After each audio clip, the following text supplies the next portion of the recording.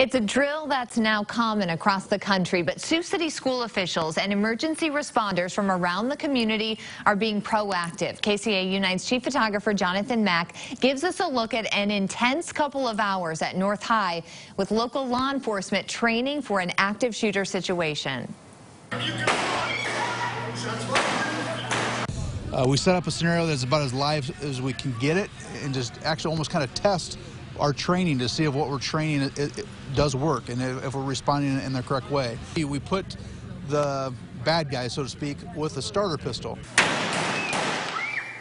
And even knowing that there's no live fire in there, when you hear those shots, it still raises just your adrenaline of what's happening. Truthfully, this started out maybe even a little bit smaller than when we first decided to do this, and it grew. And before we know it, we had all the fire involved. We had EMS involved, ambulances. We were transporting victims to the hospital. The hospital wanted to be involved. So it's kind of all hands on deck, if you will, and you find out that your normal day-to-day resources become overwhelmed instantly.